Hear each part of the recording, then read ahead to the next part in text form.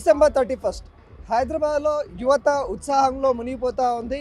ఈ రోజుకి ముగింపు కలిపి రేపటి రోజుకి స్వాగతం పలుకుతున్న వేళ ఈరోజు 31 నైట్ అనేక విధాలుగా సెలబ్రేషన్స్ అయితే చేసుకుంటూ ఉన్నారు యువత. అదేవిధంగా అనేక ఈవెంట్ ఆర్గనైజేషన్స్ కూడా మున్పటి కంటే ఎక్కువ ఈవెంట్లు అయితే జరుగుతూ ఉన్నాయి.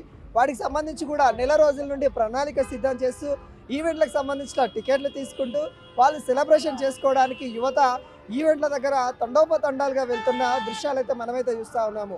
ఈరోజు మనం 6 గంటల నుండే ఈవెంట్లకు సంబంధించిన అవన్నీ కూడా మనం రద్దీ ప్రాంతాలుగా మనం అయితే చూస్తూ ఉన్నాము.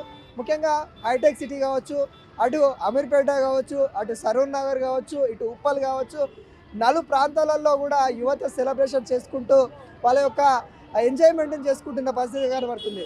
2025కి ముగింపుతూ పలుకుతూ 2026కి స్వాగతం పలుకుతూ వాళ్ళ యొక్క బాధలు కానీ వాళ్ళ యొక్క ఇబ్బందులు ఉన్నాయి వాటన్నింటినీ మర్చిపోయి ఈరోజు యువత సెలబ్రేషన్ చేసుకుంటుంది.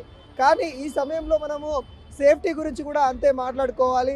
సేఫ్టీ గురించి కూడా మనం ఉదయం నుండి అనేక విధాలుగా గైడ్లైన్స్ ఇస్తూనే ఉన్నాము. ముఖ్యంగా రోడ్డు భద్రతకు సంబంధించి కూడా అనేక విధాలుగా చెప్తూనే ఉన్నాము. డ్రంక్ అండ్ డ్రైవ్ సంబంధించి కూడా మీరు జాగ్రత్తగా ఉండండి, రోడ్డు మీదకి రాకండి, ఏదైతే మద్యం సేవించి రోడ్డు మీదకి రాకండి అని కూడా మనం చెప్తూనే ఉన్నాం. కానీ కొంతమంది యువత రోడ్డుపైకి వస్తే పోలీసు వాళ్ళకి దొరికిపోతున్న దృశ్యాలు చూస్తూ ఉన్నాం. ముఖ్యంగా సరూర్ నగర్లో యువత అయితే ఇప్పటికే 4 నుండి 5 వరకు మద్యం సేవించిన వాళ్ళు దొరకడం అయితే జరిగింది. వాళ్ళ యొక్క రికార్డు ఏదైతే మద్యం సంబంధించిన రికార్డు ఏదైతే వాళ్ళు టెస్ట్ చేస్తారో దాని పరిమితిని బట్టి వాళ్ళకి శిక్ష వేస్తాము అన్నట్టుగా పోలీసు వ్యవస్థ చెప్తా ఉంది. ముందు నుండే బెదిరిస్తూ ఉంది. ముఖ్యంగా ఈ డ్రంక్ అండ్ డ్రైవ్లో దొరికితే 10,000 రూపాయలు 15,000 రూపాయల దాకా జరిమానా ఇస్తాం.